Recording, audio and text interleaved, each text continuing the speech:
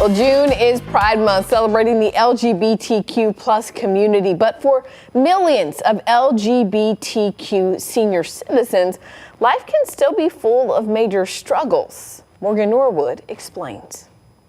Gays fight back! Gays fight back! The young generation that led the charge at Stonewall in New York City in 1969, setting off the gay rights movement, are now seniors with the new set of burdens. SAGE, the country's largest and oldest organization aimed at improving the lives of LGBTQ seniors, has been working hard since 1978 to give these civil rights pioneers a much-needed hand up. Historically, same-sex couples were denied the right to any form of relationship recognition, including things like pension benefits, retirement benefits, Social Security, survivor benefits. That did change almost a decade ago now with marriage and the recognition of marriage equality. But the change came too late for many elders now. And financial distress isn't the only hardship they face. Data from the U.S. Census Bureau shows that LGBTQ elders 65 and up are more likely to suffer from anxiety and depression than their straight peers. This is because they're more likely to live in isolation, have inadequate health care, and often fear discrimination in senior facilities because of their sexuality or gender identity. The good news is there are many who are flourishing despite these disparities. Bill Meehan, a former Roman Catholic priest, says the most important decision he made was living in his own truth.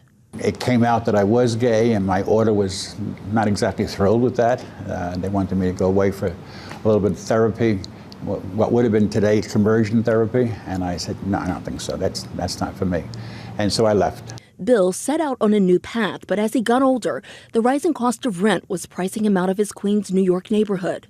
And that's when he came across Stonewall House in Brooklyn, an LGBTQ-friendly senior living facility that provides subsidized housing to those with lower incomes. Bill was lucky enough to win his place through a housing lottery. And so my rent went from $1,900 down to $620. So it enabled me to live without worry about the rent. But the demand for LGBTQ-friendly housing is far outpacing the supply. According to SAGE, there are only 31 affordable living facilities across 14 states and Washington, D.C. However, thanks to senior community spaces like the SAGE Center at Stonewall House, seniors can come together in fellowship. For Barbara Abrams, it's a home away from home, which for SAGE is mission accomplished. They're like your family because they show you love. People actually waving to say, see you tomorrow. That feels great. Morgan Norwood, ABC News, New York.